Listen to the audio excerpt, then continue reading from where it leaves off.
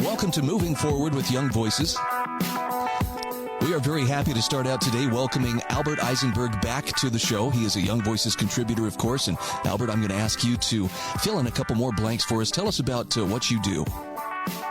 Hey, thanks for having me, Brian. So I am a political consultant and marketing strategist. I help campaigns and causes, usually on the right, sort of expand their voice share and reach audiences that they don't consider their traditional base. So there's a lot of people that do red meat messaging on the right, and on the left, there's not a lot of people that devote themselves to bridging the gap. And, you know, on the right, bringing more diverse audiences in, bringing younger audiences in for the causes we care about. And we need to do that on the right because demographically we'll die if we don't. So I write and I commentate, and mostly I do work for my clients. Okay. I'm looking at an article you wrote for realclearpolitics.com, and I have to admit this one really grabbed me, Albert. It's Harvard won't say if it supports diversity of thought. And, you know, I have understood, well, for a long, long time, you know, higher education, this is where we find true diversity. This is where people are encouraged to explore the world and expand their thinking and so forth. But in reality, it's becoming kind of a closed system in terms of how much diversity it's willing to entertain. What's the story behind Harvard and the example that you're giving in this story of where diversity of thought seems to be off the table? Right. Well, I think you're exactly right, with one slight adjustment, which is that it's already become that closed-minded thought bubble. It's not becoming. It became that way in the last several decades as the rise of the progressivism on campus, which really has decided to defeat ideas it doesn't like by suppressing them rather than disputing or debating them. So in this particular instance, there's an enormous gap between what Harvard says on its website and in all of its public-facing statements and how it actually treated a specific professor who is a luminary.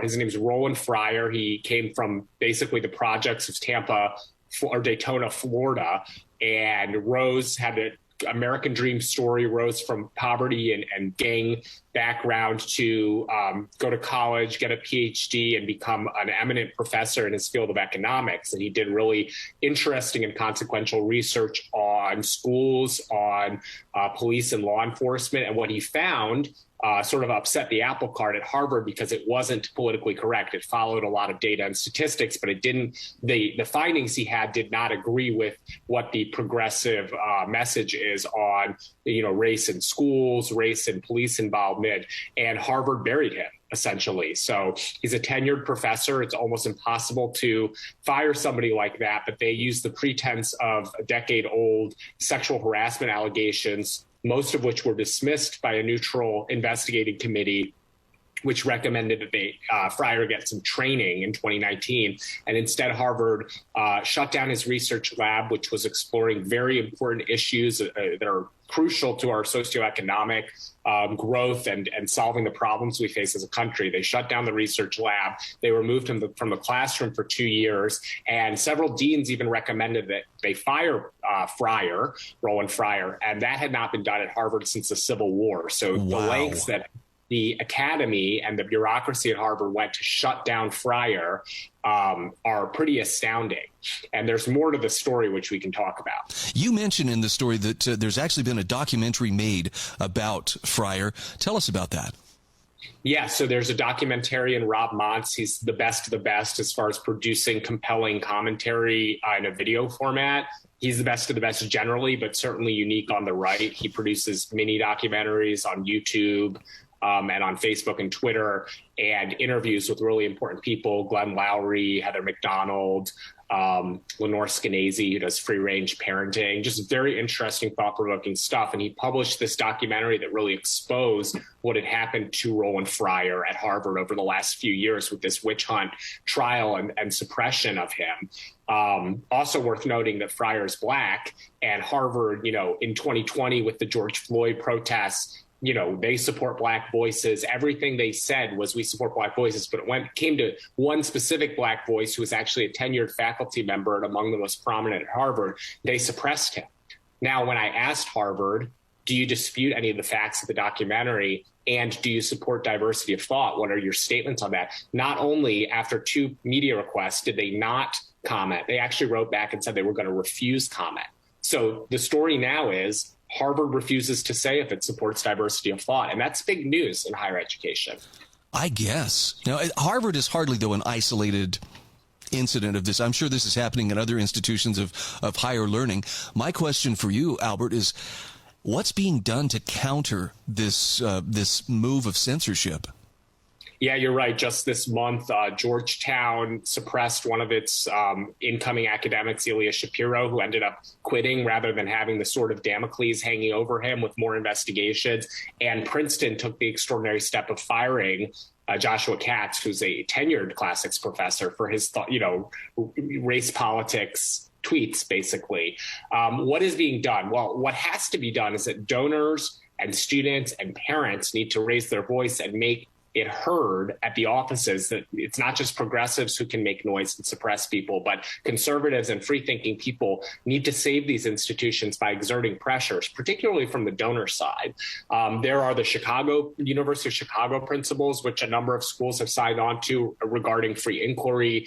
Universities need to punish students who attack speakers, whether violently or by shutting down debate. That's just not in the canon of the Western University. That should not be done. And we need to found and fund other institutions of higher education, like the new University of Austin project, which is launching with Barry Weiss, who's a very prominent free-thinking writer, Glenn Lowry, Douglas Murray. There's a number of very prominent academics and media types who are helping launch this new type of free-thinking university in Austin, Texas, which is a very exciting development. So I'm heartened by that, but a lot more needs to be done. Yeah, and you point out in your article, the goal here, even as Professor Fryer was allowed to come back to work, at least for the time being, was he was supposed to work with this uneasiness, like always looking over his shoulder. There's always someone watching every move. That doesn't seem like a very productive environment for someone to really, do research and teach and, grow the field of knowledge. Yeah, and the obvious situation where Fryer's now being supervised, his research is still shut down, and he's being supervised by a dean that said he should be fired in this incredibly hostile situation is that don't move too far from your lane or you will face another inquiry and another witch hunt. And this is for a tenured professor. So imagine the academic chill that a student must feel, that a PhD student must feel who's thinking of entering the university field. I don't know why you would if you're not a progressive. So I have to ask, in your opinion, what is the end goal?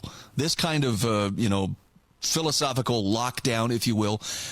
What are its proponents trying to accomplish? Are they just trying to get uniformity of thought, or is there a particular narrative that they want to advance?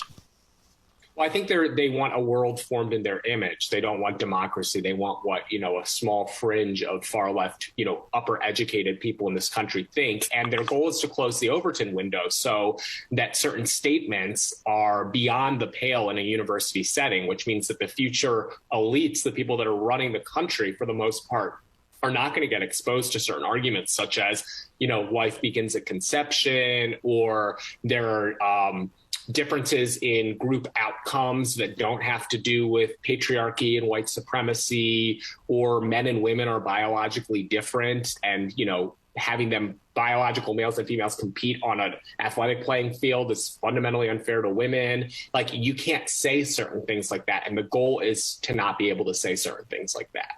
It seems like they're fighting an uphill battle against reality itself. And I say this, I watched the Matt Walsh film this last week of What is a Woman? And it was stunning to me because he talked to a lot of people in higher education. And there's a very deliberate denial of reality. And I just have to wonder, is that sustainable? Can you keep that up reality forever? Reality always catches up, but you can ruin a lot of things in the meantime. And I think the trust that Americans have in our institutions, which have been populated by people like this who are far left and have not been exposed to other arguments and don't believe there are good people who have other points of view, are populating our government, our media, our nonprofit space, our corporations, and whether they're completely out of touch with what working people in America are thinking and feeling, but they still have the levers of power, and they can do a lot of damage, and they are doing a lot of damage to our country.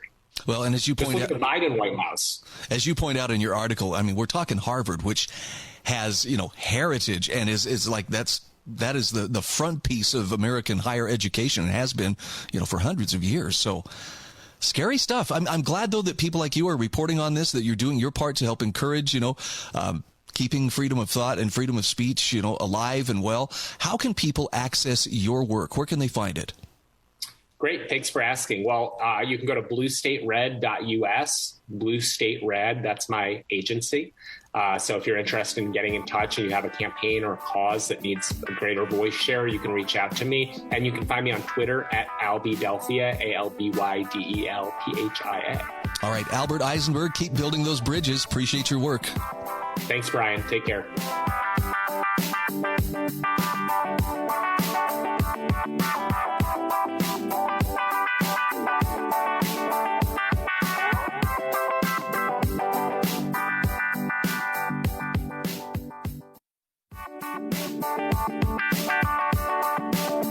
Welcome back to Moving Forward with Young Voices. Hey, we're happy to welcome Jen Sidorova back to the program. She is a Young Voices contributor. And Jen, if you wouldn't mind, tell our listeners just a little bit more about who you are and what you do. Yes, definitely. I work for the Pension Integrity Project. We consult state governments on how to improve their pension plans and bring them back to solvency, bring them back on solvency track, making sure that they can afford paying all the benefits to the retirees that they've promised. And those retirees are usually public sector workers, teachers, firefighters, police officers. I have heard in recent years that a number of places, and I'm thinking primarily it seems like cities in California have really struggled to keep up with the obligations of their pension programs, and some of them really are facing some huge financial challenges. I'm reading a story, though, that you wrote for Reason.org about Jacksonville, Florida, actually enacting public pension reform and apparently doing something right because it boosted the city's credit rating. Tell us about the story behind this. Right. So back in 2017, what they did in Jacksonville was that they shut down the existing defined benefit traditional pension plans for all the new hires, and they put all the new workers on a defined contribution plan, which is a 401k style plan. And they also paid down a significant chunk of their pension debt. So traditionally, most public sector workers are in defined benefit plans. That means that this is a guaranteed retirement benefit for the employees, and it's funded by the employer. And there usually is a formula involved, and it considers employees' salary, age, and tenure, but it doesn't really consider how the market does. So it only considers those very specific inputs, and the employees know almost exactly how much are they going to get by the time they retire. So with defined contribution plans, and that's what the new hires have in Jacksonville right now, the defined contribution plans are solely dependent on how well the asset, how well the market returns. So it solely depends on the investment gains. So what that does for employer is that it removes the risk of having to pay pensions if they simply don't have enough. With the 401k style plan, there's a little bit more in the hands of the employee, and it also gives them more flexibility because they can transfer their retirement plan to a different employer if they choose to leave. So they have a lot more flexibility from both employee and employer, and this is what they've chosen. And so this is basically the story, and all the money that's been freed up is going to public services like building roads, schools, and whatever the Jacksonville people need at the moment. So I have to ask, how is the current market volatility affecting, not just Jacksonville, but other municipalities and states and their pension programs? You mentioned that oftentimes these pension programs depend on, how the market's doing. Are there a lot of places struggling like this right now? So it's important to take kind of a look on this throughout the years. So right around the turn of the century in early 2000s, most of the pension plans were fully funded. So they had 100% of the money that they needed to pay out benefits. Now by the mid of 2021, they were only 73% funded. And so the figure, that 100% funding figure, declined over the years. And so what it means is they only have, by the mid of 2021, they only had 73 cents per each dollar owed. So there was definitely, so the markets were not returning as well as they planned they would be returning, because those pension plans were written years ago, like some of them 50, 60 years ago. So they couldn't have predicted what is going to be happening in the market. Right now, just on average, the return for similar portfolios as the pension plans have is about 6%. And even that's kind of that assumes a stability. And a lot of those plans assume 7% or higher for their returns. And now that you mentioned last year, so last year, technically they returned like 27%, but that was because of a wide variety factors, including we just had more money in the economy. Now we are kind of feeling the inflation. But yeah, at the moment, last year they returned 27%, which was kind of a high spike. But now this year, it's probably going to go down again. And so what pension plans should do is, again, they should just slow down on the assumptions. They should lower the assumptions from 7% to a more realistic 5.5% or 6%. And some of them are doing that. Some, for example, the state of New York did that recently. Okay. Now, does this mean that municipalities are likewise having to either freeze their workforces or contract their workforces in order to keep from digging themselves deeper into a financial hole? So it really depends on the municipality, on the state, and there are usually several ways of how they can navigate the situation. They don't necessarily have to go as drastic as going to DC plan. They don't necessarily have to close their DB plan. It all depends on little tweaks and changes that they can make to the system that they already have, to the funding model that they have, to the benefits that they have, or it really depends on the municipality. So right now, the pensions are going to be due like 30 years from now, right? So at the moment, they're not going to feel anything this year necessarily, or maybe next year, except for maybe like credit rating decreases. You know, like in Jacksonville's case, because they paid down the debt and because they put their pensions back on solvency track, they had an increase in rating. But you can also have a decrease in rating if your pension debt gets just way too high. So they can have some consequences of that at the moment, but the bill will be due 30 years from now. Wow.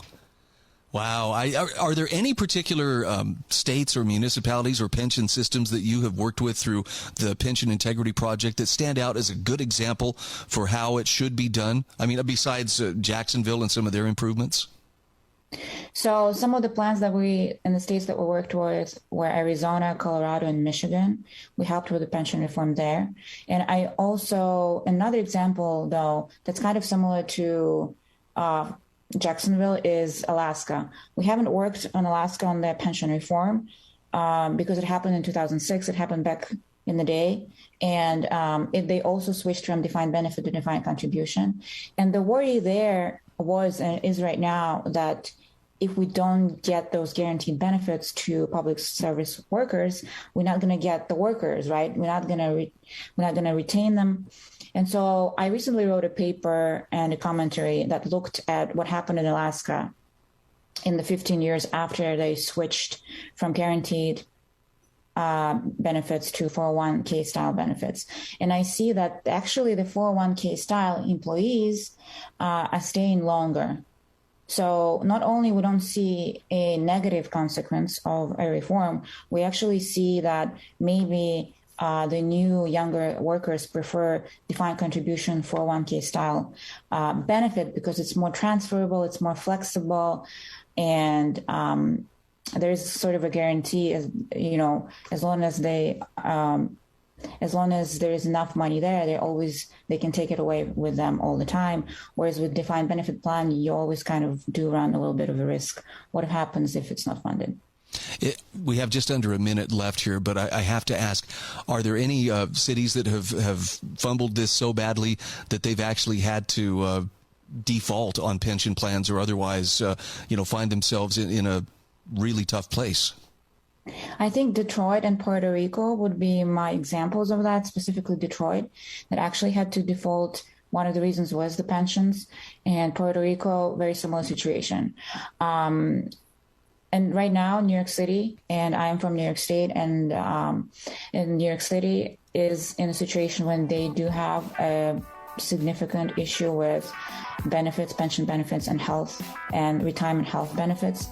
And I'm curious to see what's going to happen there. Okay. Again, we're talking with Jen Sidorova. She is a policy analyst with the Reason Foundation's Pension Integrity Project. Where can people follow you on social media? They can follow me on Twitter, on YouTube, and on Facebook, and Instagram. It's all the same hashtag, Jen_Sidorova.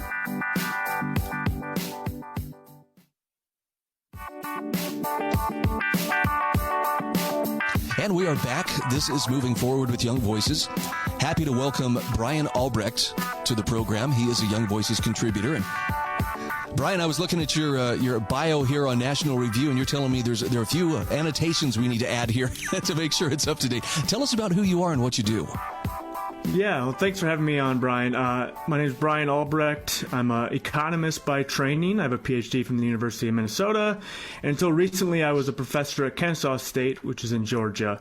But recently, now I started up with the International Center for Law and Economics, where I'm their chief economist, helping bring economics to policy discussions. Okay, and specifically, you and I are going to be talking about antitrust.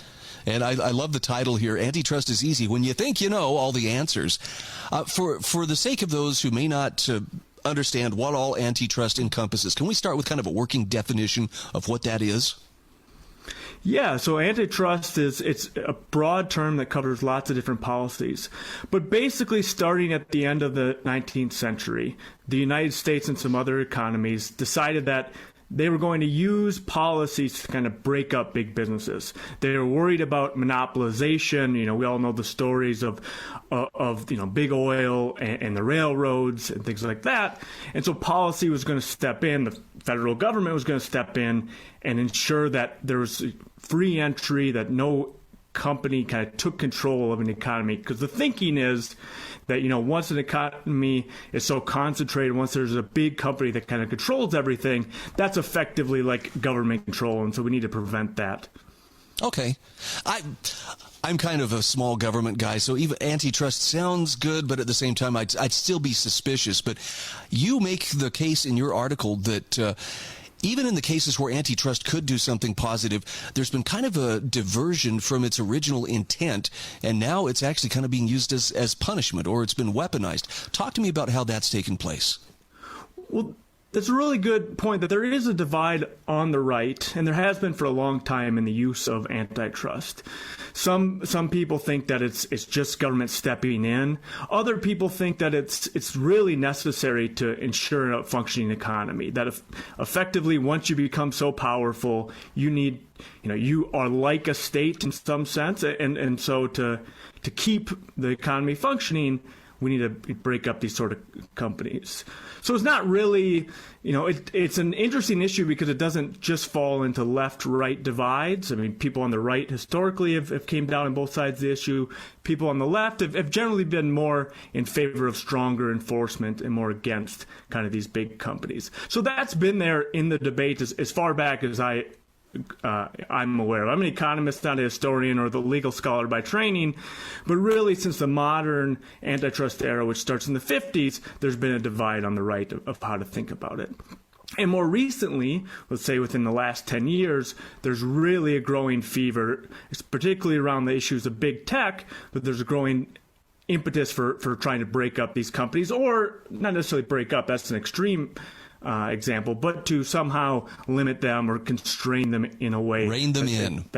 Rein them in. Yeah, rein in big tech is a headline you'll see all the time. No, that makes sense. And can I just throw a couple of curveballs at you? I just want to get your reaction to this. It seems like many of the companies that grow to where they have almost a government-like influence, or they become like a little republic of sorts. In my opinion, it seems a lot of them get there by partnering with government at some level. I wonder if they could truly be as powerful or as influential as they are if they didn't get in bed with government in the first place. So I'm curious if you have any thoughts on, is there anything to that? I think that's definitely true. I mean, once you get to a certain size, just the nature of the government has its fingers in so many things, you're going to get involved with the government. And sometimes that will be, you'll come to blows with them. Like the DOJ is suing Apple. It happens all the time. But sometimes you're being friendly with them. The classic, or I mean, the popular example right now is Google or Facebook have shared data with different government agencies. Yeah. And so it's kind of hard to imagine, given how big the government is, how much it's involved in everything, how you could possibly be a multi-trillion-dollar company and not somehow at least curry some favor with the government. So I think there's reason to be suspicious anytime we see this kind of private-public coordination. That being said, that doesn't mean that, therefore anything that these companies do, they're effectively the government. I think it's still important to separate out that Google is not the U.S. government. Facebook is not, the U.S. government. They have a different role. They have competition that's affecting them in fundamentally different ways. And just to further follow up on that, sometimes though they enjoy the benefit of regulatory barriers to other competitors. I mean, how many other social media companies have tried to start up and found, wow, this is hard because there are regulations in place that favor those that are already in place. And I'm not thinking of any Google or Facebook or anybody in particular, but it seems like that's something that has to be dealt with as well. This is a fundamental problem in not just antitrust, but regulation in general. That the moment the government is powerful enough to regulate, let's say, take a particular industry, as soon as they can regulate it, who has the incentive to curry the regulation in their favor? The companies that are already there. And so this goes back to work in the 70s, our regulatory capture. Big companies get regulation that helps them. If you and I are going to start up an Etsy shop, we have no means to lobby Congress for things that'll help us. The people who can do the most lobbying are the big tech companies. Yep. Absolutely. And you see this in things that don't seem like antitrust and don't seem like the same sort of regulation, like everyone knows these annoying pop-ups of cookies when you go on a website, right? That's a regulation that comes out of Europe.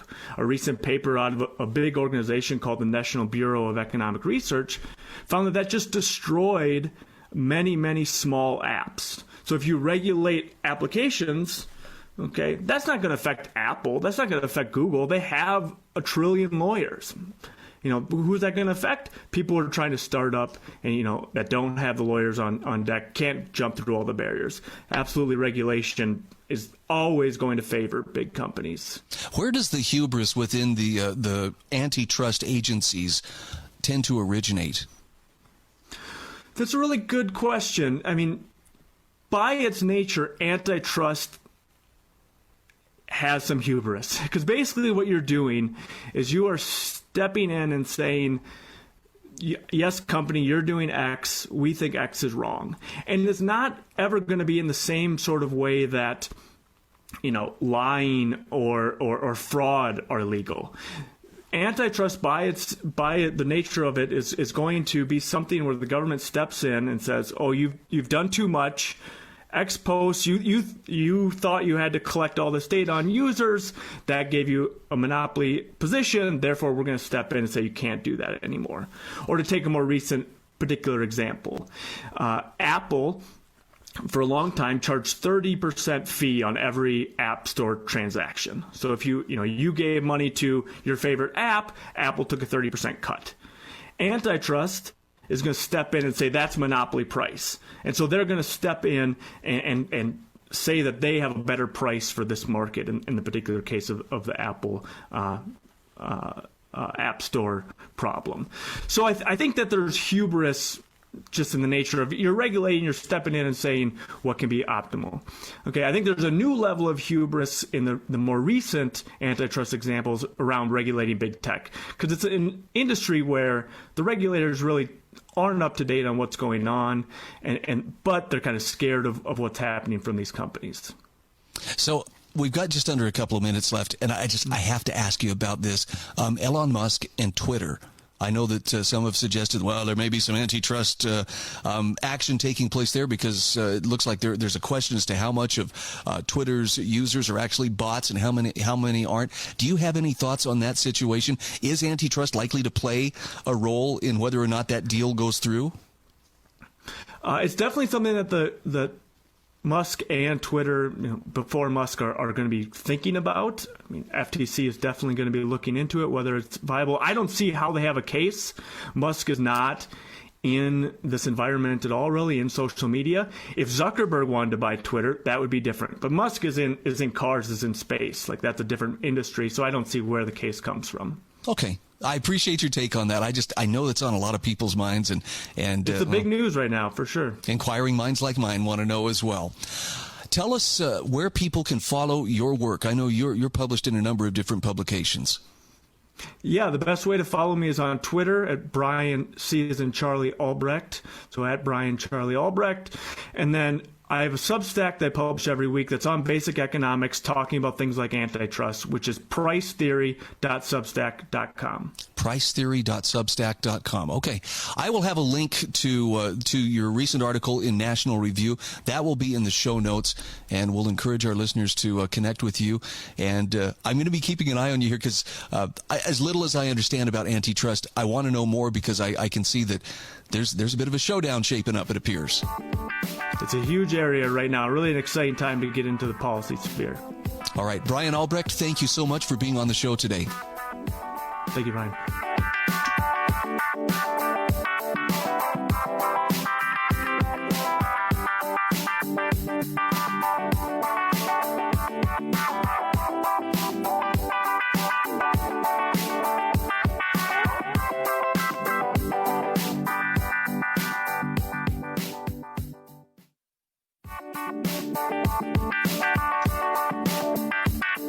Welcome back to Moving Forward with Young Voices, and we're happy to welcome back to the show David McGarry. He is a Young Voices contributor and hailing from sunny Los Angeles. It is sunny today, right, David? A little bit too sunny for my taste. Okay. Tell us just a little bit about who you are and what you do for those meeting you for the first time. So, like you said, I come from LA, and I've been writing a lot about privacy and tech issues because both of those fields are areas that the average citizen doesn't seem to be so concerned about. Neither do either of the major political parties. So I think that they're issues that are very important to the future of the country. And I hope more people, as a result of my writing and other people who are contributing to the conversation, hope more people will start paying attention. I think we take a lot for granted, right? There's a lot that's going on behind the scenes. As long as I can get online and access what I want to access, I'm good. Now, you point out in your article, Congress is always eager to get in there and I'm going to say make a difference. I'm trying to be generous, or I'm trying to be magnanimous to them, but often they don't understand the internet and how it works. Tell me about some of the problems that arise from that misunderstanding or lack of knowledge. I think you actually just hit the nail right on the head when you said we take a lot for granted. Because the same problems that apply to most people also apply to Congress, which is we have computers, we have iPads, we have cell phones, but few of us could actually explain how the devices or the internet actually work, which is all well and good when all you need is to make a phone call or scroll through Facebook. But when you're trying to make regulations that will shape the internet landscape and really shape the cultural landscape for the next few decades, that ignorance becomes a real problem. So the bills that I write about in my Real Clear Policy piece have slightly different focuses. They're called the Shop Safe Act and the Inform Act. And they're both pieces of legislation that, again, for various reasons, require third-party sellers on online marketplaces like Amazon or eBay to hand over a whole bunch of information and to verify that information with government documents, oftentimes IDs. And when I say hand over, I mean to online marketplaces like Amazon or eBay, just as a requirement of selling goods. And for ShopSafe, actually, because the definitions are so poorly written, and I would say ignorantly written, the definition of online marketplaces applies to any platform on which you could even arrange a sale. So as I point out in my article, that could mean you are in Facebook Messenger, you're in some chat room when you're playing a game on your cell phone, trying to sell a used bike, you're trying to sell used baseball cards, anything like that. And because of the poor wording of these bills, most services that allow for communications would be required to require you to give them your information and distribute your personal details all over the internet, far and wide.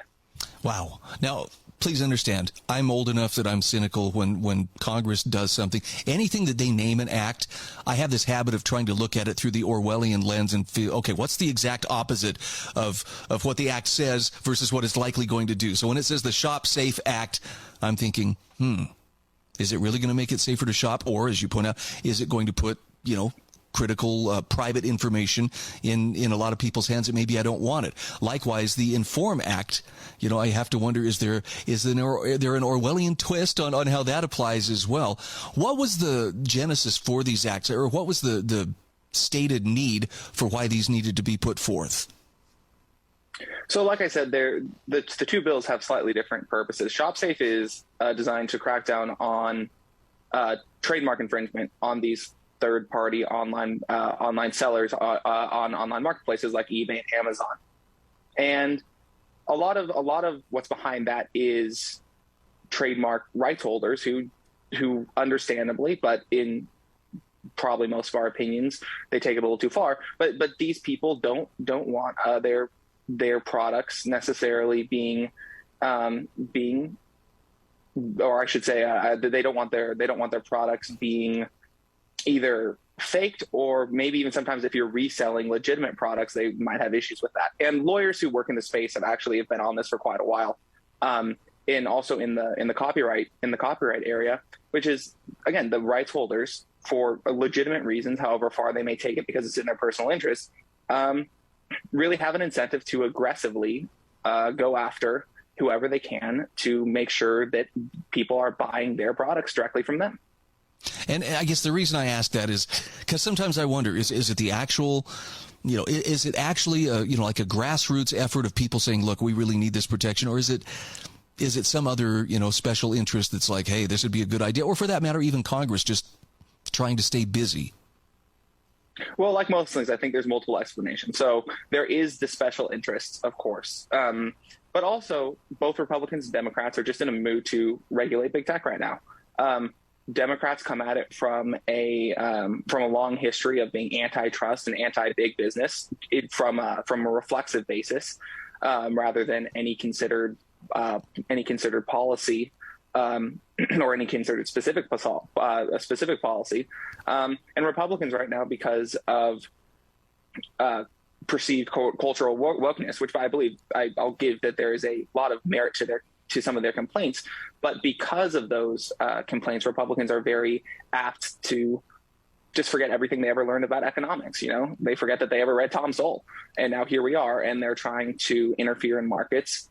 And when it comes to social media and some big tech regulations surrounding Section 230, they're also discarding the First Amendment as well. So they're really dropping their principles because of some, maybe we could say a well-founded, at least in the complaint side of things, but the solutions are totally off. And as far as the Inform Act, you point out that it's the idea that those who sell online, or those who are who close at least 200 sales and gross more than $5,000 a year on a single online marketplace have to provide, information like identity, banking information, tax information, working phone number, email address. Tell me about the danger of that information being scattered across the internet. Well, going back to your point, your Orwellian point, is that Inform actually is the name of the act is exactly what it does, but it does it far too much, and it forces people to put out personal details to a variety of marketplaces if they want to make a living. And $5,000 is not a lot of money. That is a side stream of income that can help a lot of people who are trying to pay rent, actually be able to pay rent and buy groceries. And I say this as someone who, in high school, one of my first jobs was listing items for a widow who was running an eBay business as part of her income. So there's a couple different issues here. Number one, there's the data security issue, which is that cybersecurity is incredibly difficult. And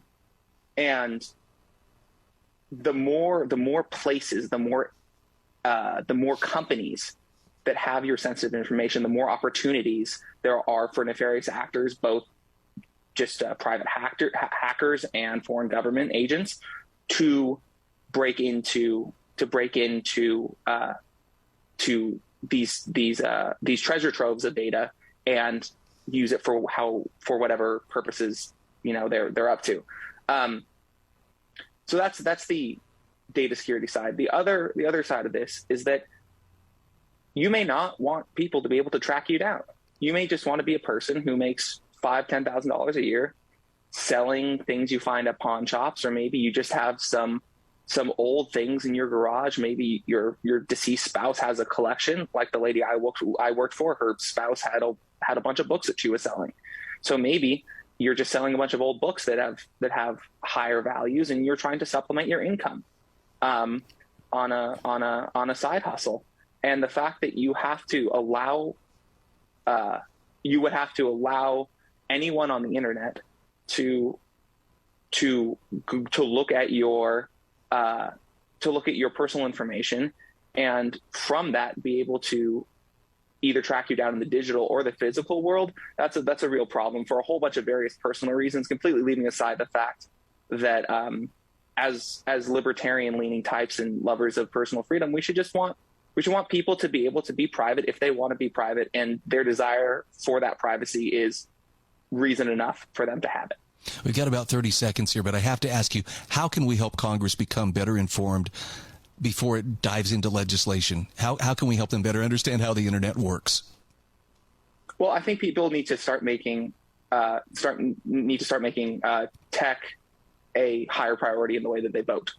Obviously, you can call, email your Congress people and senators, but also do this at the state level, because there's a whole bunch of very bad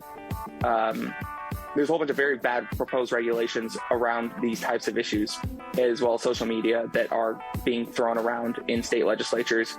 And yeah, get involved, make it a priority for yourselves. Okay, we're talking with David McGarry. He is a Young Voices contributor.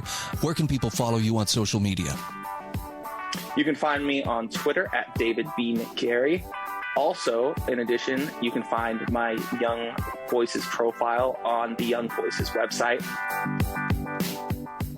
There's a lot more coming as well.